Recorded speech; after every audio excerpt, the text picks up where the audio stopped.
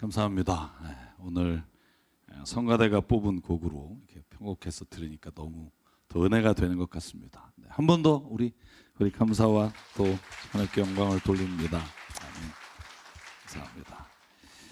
여러분, 제가 이제 변화의 시리즈 오늘 마지막으로 이제 주제를 마치려고 하는데요. 가장 마지막 제가 나누고 싶은, 내가 그리스도인이 된 다음에 가장 변해야 될 게 무엇일까?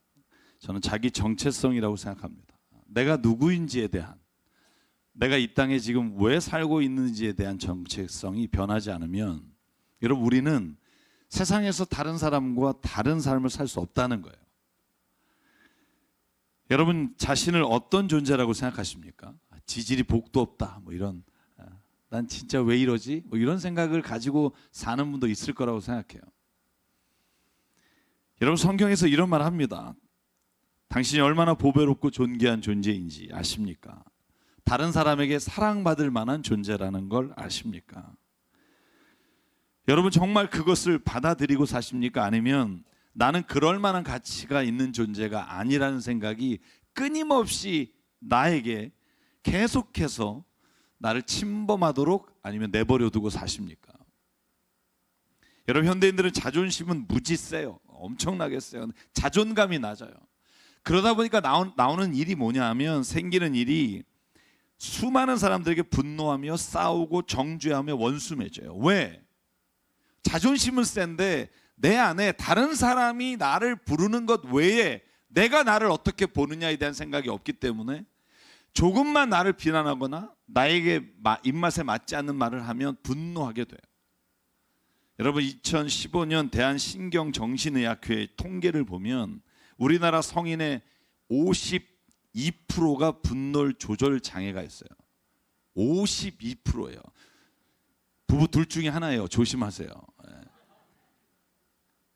그 중에 11%, 그러니까 10명 중에 1명은 치료가 필요한 충동 조절 장애 중에도 고위험군에 속한다고 돼 있어요. 대략 여기 보이시죠? 몇 명?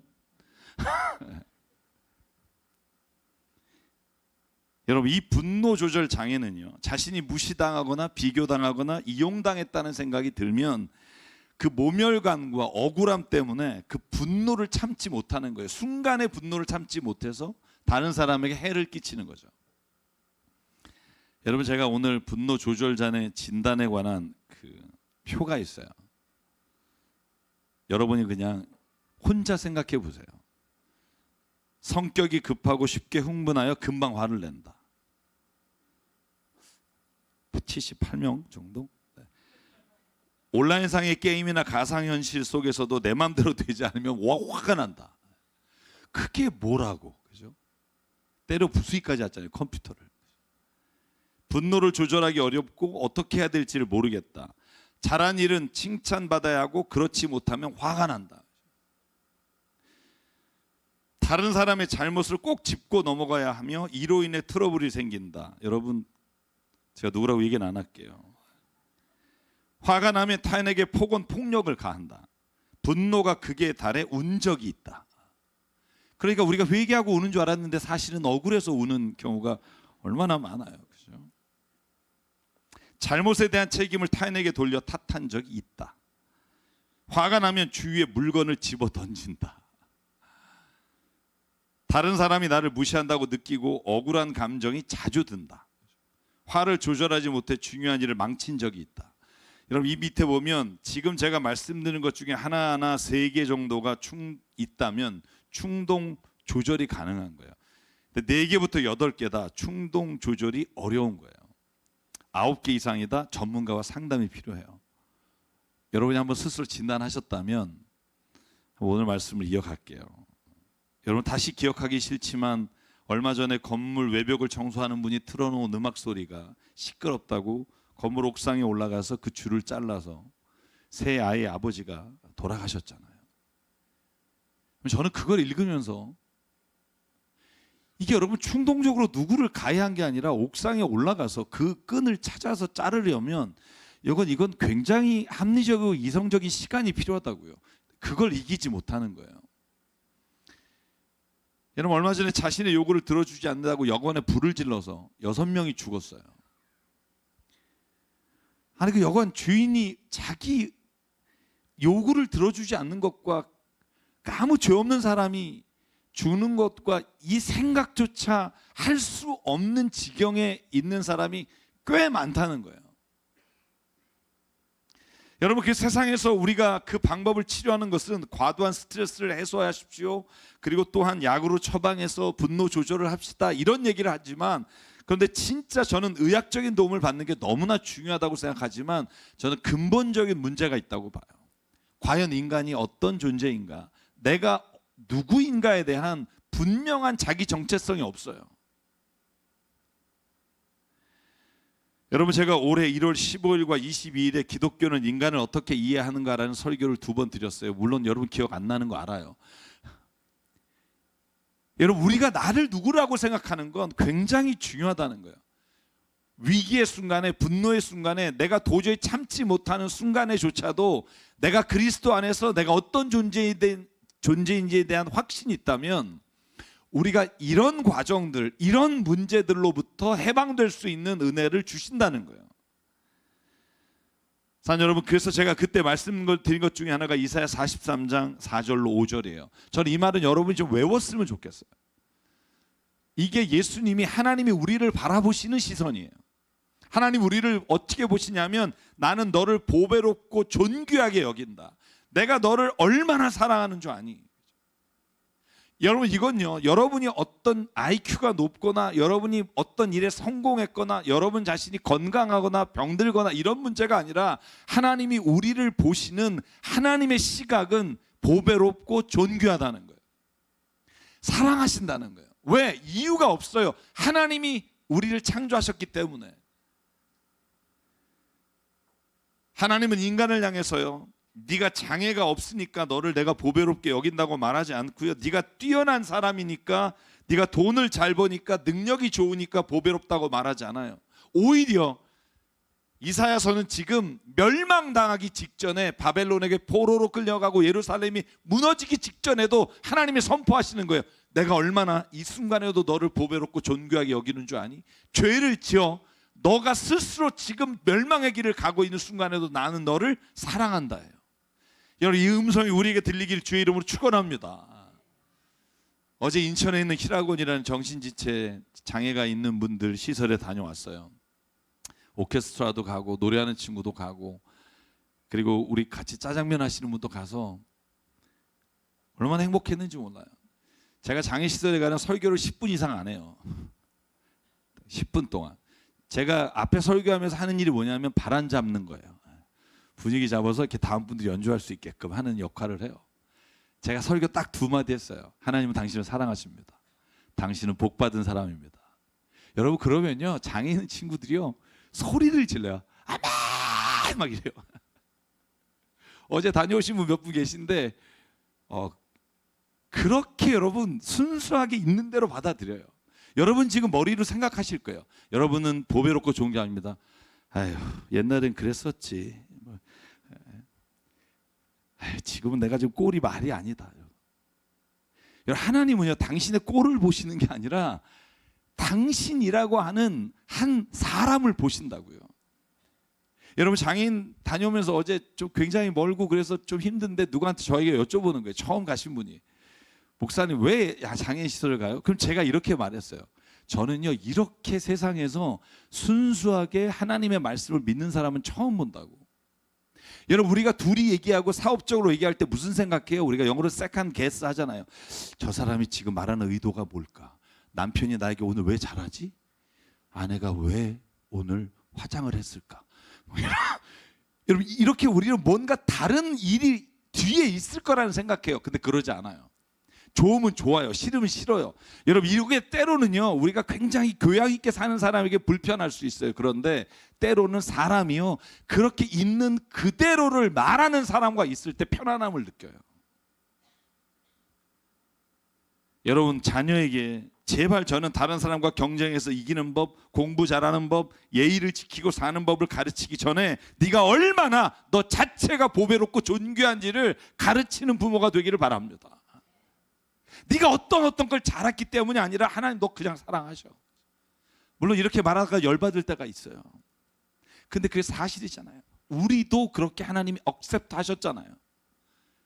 여러분이 잘하기 때문에 사랑하신다면 우리가 순간순간 하나님의 사랑은 받을 수 있지만 하나님이 날 사랑하신다고 고백하며 살 수는 없다고요. 항상 이렇게 말하십시오. 하나님 너 얼마나 사랑하는데 넌 보배로운 자야. 야, 네 공부?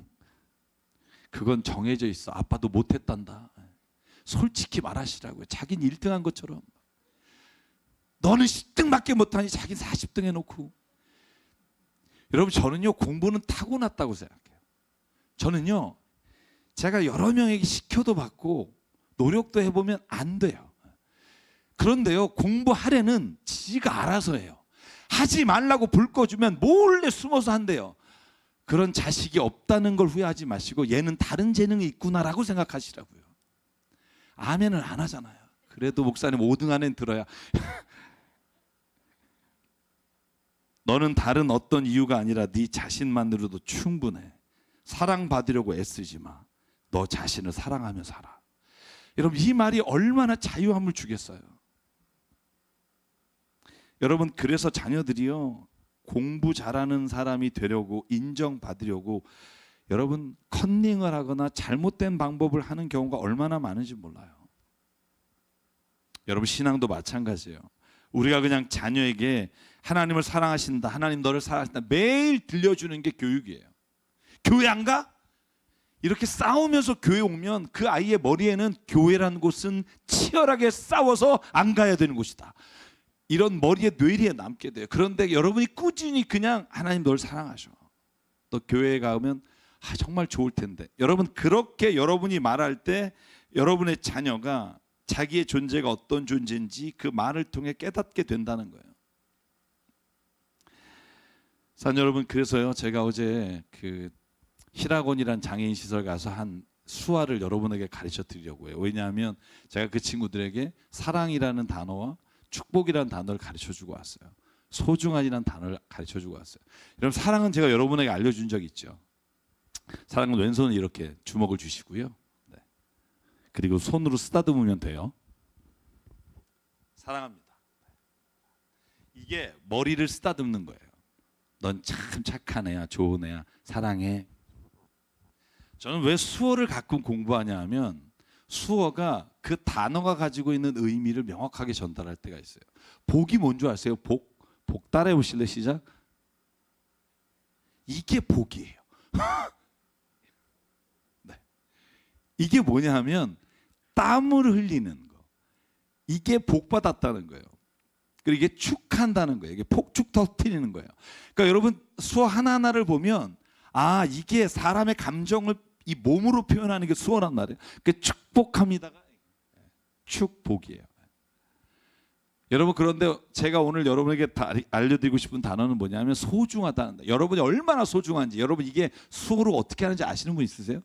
소중하다. 오른손으로 왼쪽 볼을 만지시고요. 이렇게. 네. 이렇게. 그리고 왼손을 펴서 그 위에 담으면 돼요. 쓰다듬을 때 이 퍽퍽 긁지 마시고 원래 의미가 뭐냐 하면 얼마나 네가 예쁜 줄 알아 이거야. 예쁜 줄 알아? 너가 얼마나 예쁜 줄 알아? 그리고 이게 많다라는 뜻이에요.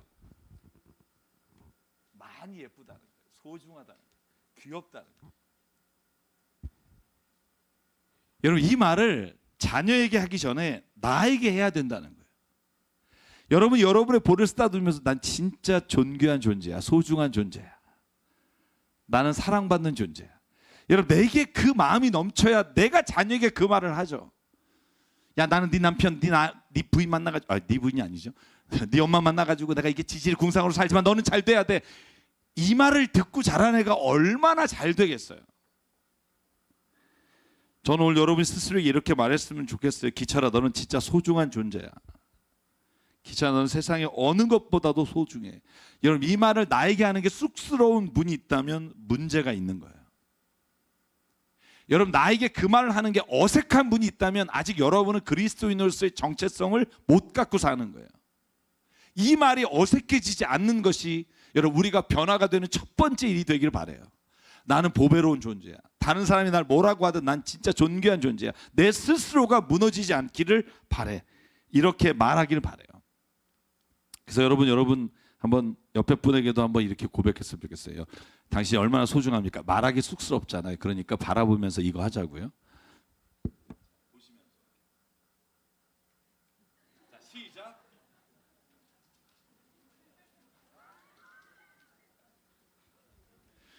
말 안 하니까 좋죠. 여러분이 얼마나 소중한데요. 오늘 저희가 읽은 시편 16편에는요 이렇게 말해요. 저는 이 선포를 성경을 그렇게 읽으면서 이렇게 마음에 와닿던 적이 없어요. 여러분 1절, 2절, 3절에 이렇게 말합니다. 하나님 저를 지켜주십시오. 제가 주님께 피합니다. 내가 주님에 대해서 누가 물어본다면 이렇게 말하겠습니다. 하나님은 나의 주님이시고 주님을 떠나서 내게 행복이 없습니다. 우리 한번 요거 읽어볼까요? 그 코테이션 안에 있는 것만 시작. 하나님은 나의 주님, 주님을 떠나서는 내게 행복이 없다. 아멘. 이게 내게 하나님에 대한 나의 고백입니다. 그런데 사람들에 대해서, 옆에 있는 사람 아니면 내가 만나는 사람에 대해서 누군가 말하라고 한다면 나는 이렇게 말하겠습니다. 성도들은 존귀한 사람들이요 나의 기쁨이다 하겠습니다. 고기만 한 번 더 같이 읽을까요? 시작. 성도들은 존귀한 사람들이요 나의 기쁨이다. 여러분의 가족이 이렇다고 생각하세요? 내 가족은 존귀한 사람이요 나의 기쁨입니다. 우리 집안에는 원수가 있고 여러분 이 고백을 시편의 16편의 기자가 하는 거예요. 하나님에 대해서 누가 묻는다면 하나님은 나의 주님이시고 주님을 떠나서 행복이 없습니다. 누가 사람들은 어떻다고 넌 생각하니라고 묻는다면 사람들은 존귀한 사람이요 나의 기쁨입니다. 여러분 이렇게 생각하고 사는 사람과 늘 의심의 눈초리로 살아오며 사는 세상이 똑같을 수가 있을까요? 교회가 왜 달라요? 우리가 사람을 이렇게 바라보고 그가 무슨 말을 하든 그 사람의 말을 있는 그대로 믿어주는 곳, 저는 그것이 교회가 돼야 하는 줄 믿습니다.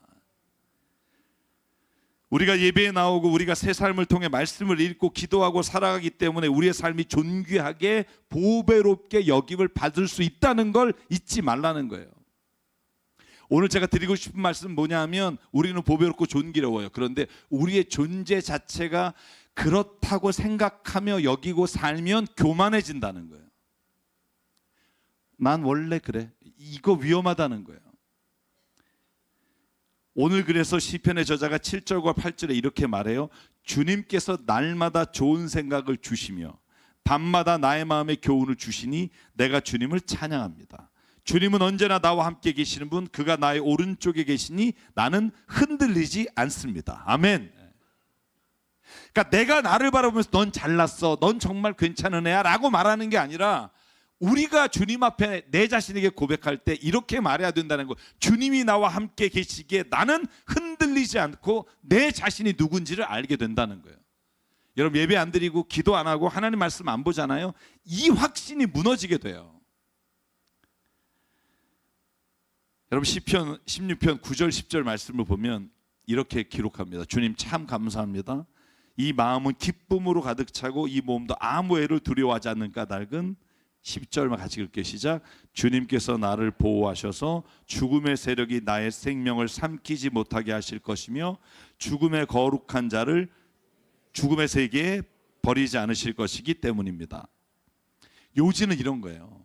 내가 오늘 하나님 안에 있지 않으면 나는 죽음의 세력에 진다는 거예요. 내가 하나님 앞에 보배롭고 존귀하다는 사실을 잃어버린다는 거예요. 주님이 계시기 때문에 내가 보배롭고 존귀한 자고 내가 주님 안에 거하기 때문에 내가 그것을 날마다 확신하며 살 수 있다는 거예요. 그렇지 않으면 죽음의 세계에 어둠의 세력에 들어가서 내 자신이 어떻게 바뀔지 모른다는 걸 여러분 스스로가 깨닫고 조심하고 항상 그걸 붙들고 살아야 돼요. 여러분 하나님의 사랑받는 존재라고 자신이 부르심을 받고도요 자신이 무너지고 어둠의 세력에 들어간 많은 사람이 성경에 나와요. 한 사람만 얘기할게요. 사울 왕이에요. 사울 왕 하나님 보시기에 참 예쁘고 귀여워서 하나님이 왕으로 세우셨다니까요. 그런데 여러분 그가 왕이 된 이후에 내가 이제는 이런 사람이야 라고 자신의 존재를 자기가 규정하며 하나님의 말씀 듣기를 거절한 이후에 어떻게 되죠? 여러분, 그 죽음의 세력이 그 안에 두려워서요. 여러분, 사무엘상 19장 10절에 보면 갑자기 자기 앞에 있는 다윗을 향해 창을 들어 던져요.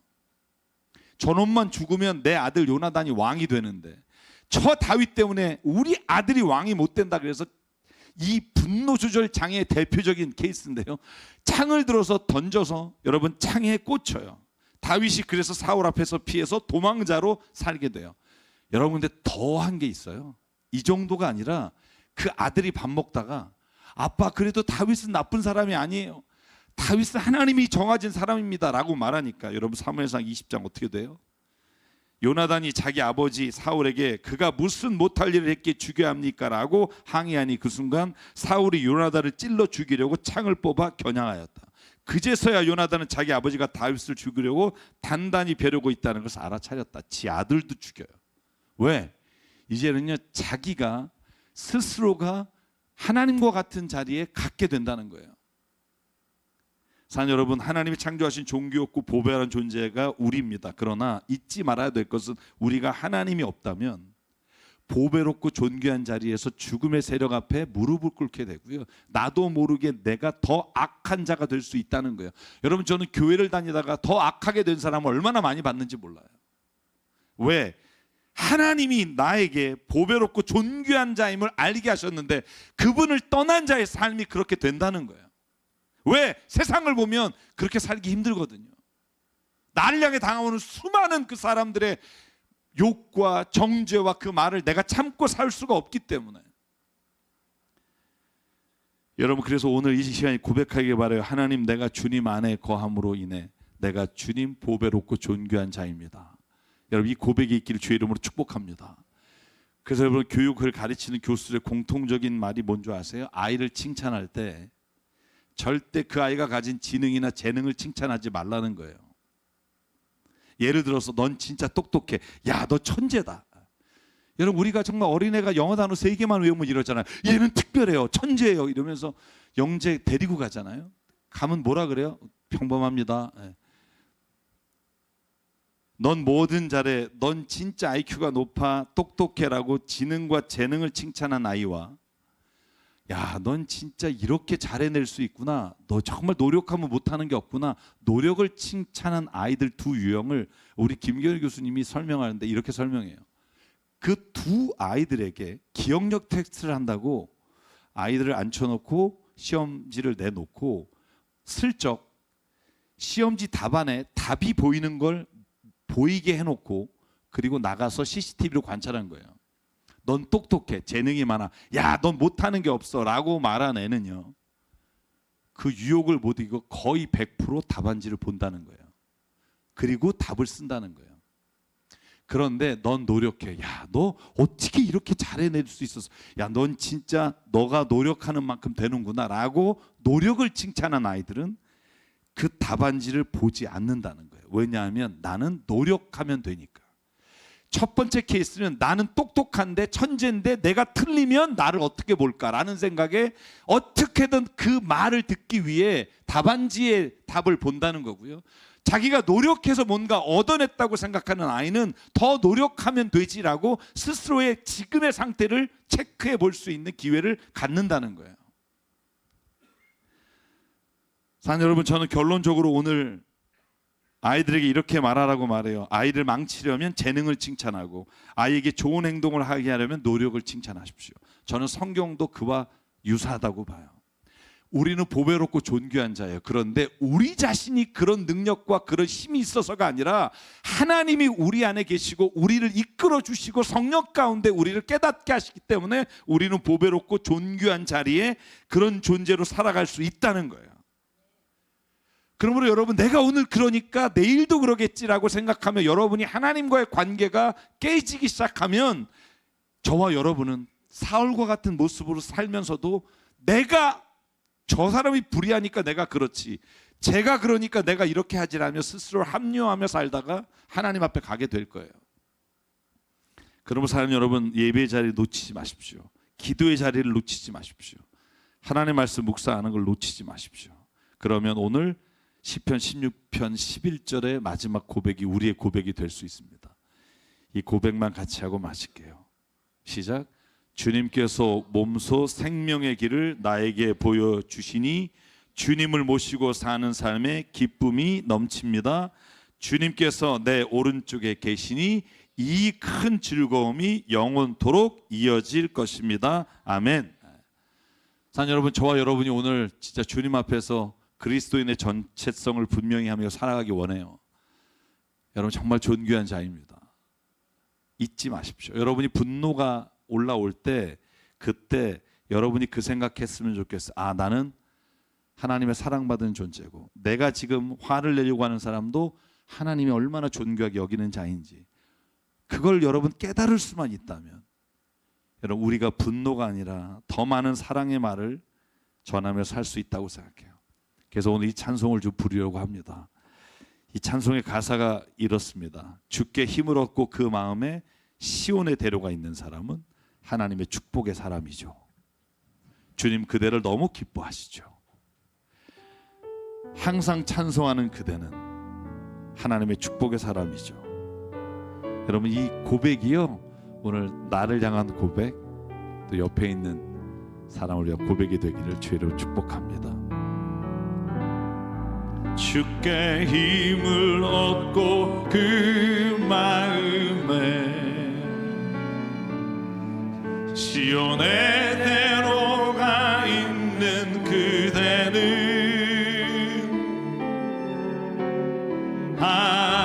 하나님의 축복의 사람이죠. 주님 그대를 너무 기뻐하시죠. 주의 집에 거하기를 사모하고 주를 항상 찬송하는 그대는 하나님의 축복의 사람이죠. 주님 그대를 너무 사랑하시죠. 우리 옆에 분 한번 축복할까요? 그대 섬김은 아름다운 찬송. 아멘. 그대 충성은 향기로운 기도. 그대가 밟는 땅 어디에서라도 주님의 이름 높아질 거에. 우리 일어나서 한 번 더 고백하고 마실게요. 주께 힘을 얻고 그 마음에 시온의 대로가 있는 그대는 하나님의 축복의 사람이죠. 주님 그대를 너무 기뻐하시죠. 주의 집에 거하기를 사모하고 주를 항상 찬송하는 그대는 하나님의 축복의 사람이죠. 주님 그대를 너무 사랑하시죠. 우리 마지막으로 고백합니다.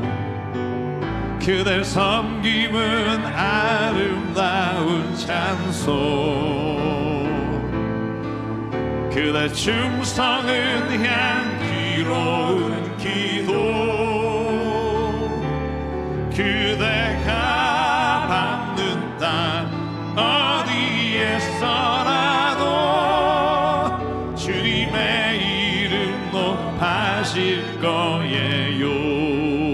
우리 시간 함께 기도하실 때 주님 앞에 이렇게 기도하기 원합니다. 하나님, 내가 내 자신을 정말 사랑하며 보배롭고 존귀하게 여기는 마음을 갖기 원합니다. 그러나 주님, 그것이 내 잘난 맛이 아니라 하나님이 나를 그렇게 오늘 창조하시고 오늘 내 안에 그 성령의 기름 부음이 있기에 가능한 줄 믿사오니 아버지, 내가 주님 안에 거하며 날마다 주님과 대화하며 주님의 그 사랑을 전하며 살기 원합니다. 오늘 말씀을 기억하며 우리 가족 안에서, 우리 교회 안에서 하나님 놀라운 그런 일이 일어나기를 원합니다. 함께 고백하며 기도하겠습니다. 상관의 하나님 감사합니다. 아버지 하나님, 오늘 우리가 함께 모여 주님 앞에 기도하며 나갑니다.